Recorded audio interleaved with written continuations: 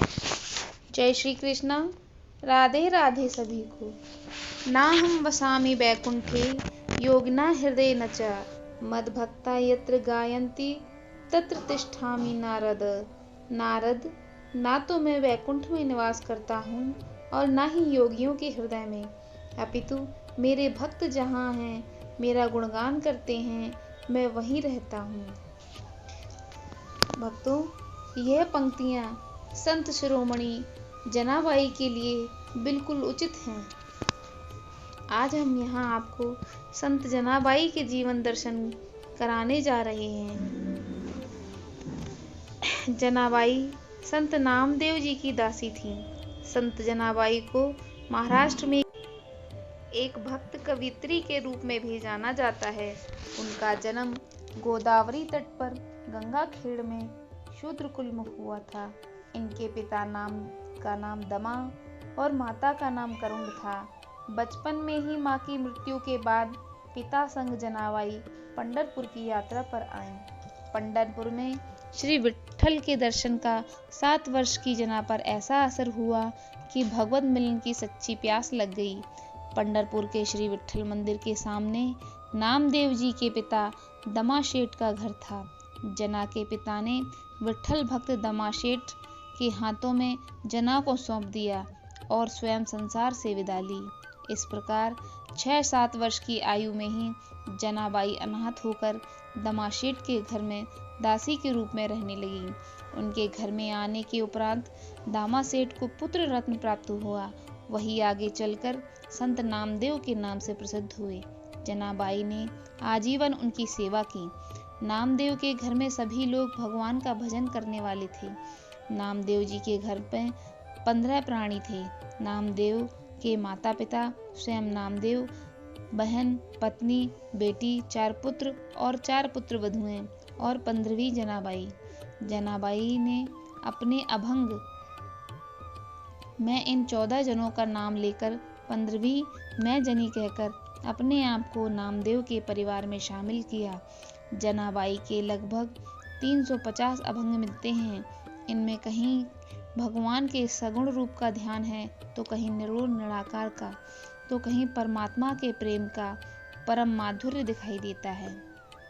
जिस प्रकार अपने पूर्व जन्म में ऋषि मुनियों की सेवा में रहकर देवर्षि नारद भगवान के भगत प्रेमी बन गए, उसी प्रकार भक्तों में श्रेष्ठ नामदेव जी के घर में काम करने वाली जनाबाई के हृदय में संतों की संगति और भगवत चर्चा से भगवत प्रेम का बीज अंकुरित हो गया और वहीं अंकुर पल्लवित होकर वृक्ष के रूप में परिणित हो गया।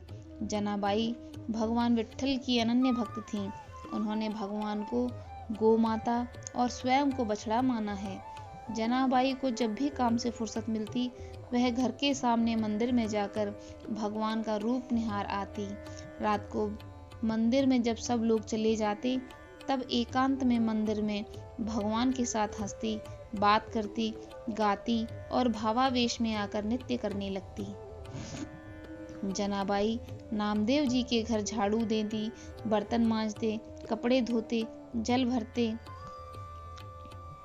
चक्की पीसते आदि सभी कार्य करते समय भगवान नाम कीर्तन करती रहती थी। भगवान के भक्त के घर का कार्य करने से उसकी भगवत सेवा स्वयं होती जाती थी। वह गीता ज्ञानेश्वरी का नित्य पाठ करती थी। भगवान नाम का निरंतर स्मरण करने से उसके पाप पुण्य जलने लगे। एकादशी की रात्रि में श्री नामदेव जी के घर अखंड कीर्तन होता था। भगवान सूर्य के अस्ताचलगामी होते ही जनाबाई वहां आ जाती और एक कोने में बैठकर रात भर जागरण व कीर्तन करती। उसकी आंखों से प्रेमाश्रु बहते रहते। भगवान को रोना ही भाता है। जो उसके लिए जितना अधिक व्याकुल होकर रोता है, भगवान उससे उतना ही अधिक प्रसन्न होते हैं। आज तक भगवान के जितने भक्त प्रेमी हुए हैं, सब भगवत प्रेम में रोते ही रहे हैं। एक बार एकादशी की रात्रि नामदेव जी के घर में भक्त मंडली कीर्तन कर रही थी। कोई मृदंग बजा रहा था, तो कोई करताल, तो कोई झांझ बजा रहा था, कोई नाच रहा था, तो कोई गाते गाते अश्रु बहा रहा था, कोई आनंद मग्न होकर हंस रहा था।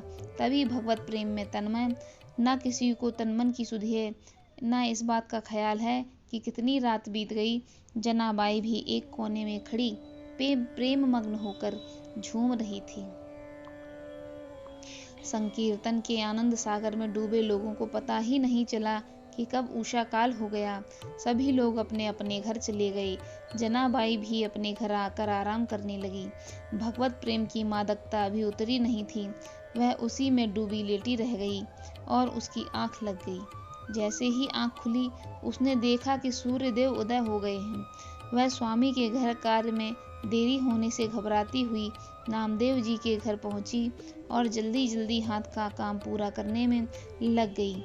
परंतु विलंब हो जाने से सभी कार्यों में हड़बड़ाहट होने लगी। काम कितने पड़े हैं, झाड़ू देना है, बर्तन साफ करना, कपड़े धोना, पानी भरना, ऐसा सोचते हुए जल्दी जल्दी कपड़े धोने के लिए चंद्रभागा नदी के किनारे गई। वस्त्र पानी में डुबा भी नहीं पाई थी कि नामदेव जी का दूसरा काम याद आ गया और कपड़े छोड़कर भागती हुई नामदेव जी के घर की ओर चली। रास्ते में एक अपरिचित वृद्धा ने प्रेम से उसका आंचल पकड़कर कहा, कहाँ जा रही हो बेटी? जल्दी में वृद्धा से आंचल छुड़ाते हुए जनाबाई ने कहा, आज मुझे देर हो रही है, स्वामी की सेवा बाकी है। बुढ़िया ने प्रेम से कहा, चिंता मत कर बेटी, कपड़े मैं साफ कर देती हूँ। जनाबाई को नामदेव जी के घर पहुँचने की जल्दी थी, पर न जाने क्यों बार बार उसका मन बुढ़िया को याद कर रहा था। माँ की तरह स्नेह उसे जीवन में पहली बार मिला था।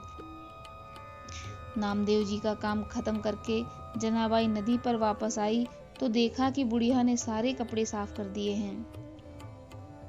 जनाबाई ने वृद्धा से कृतज्ञतापूर्ण स्वर में कहा, बड़ा कष्ट उठाया आपने।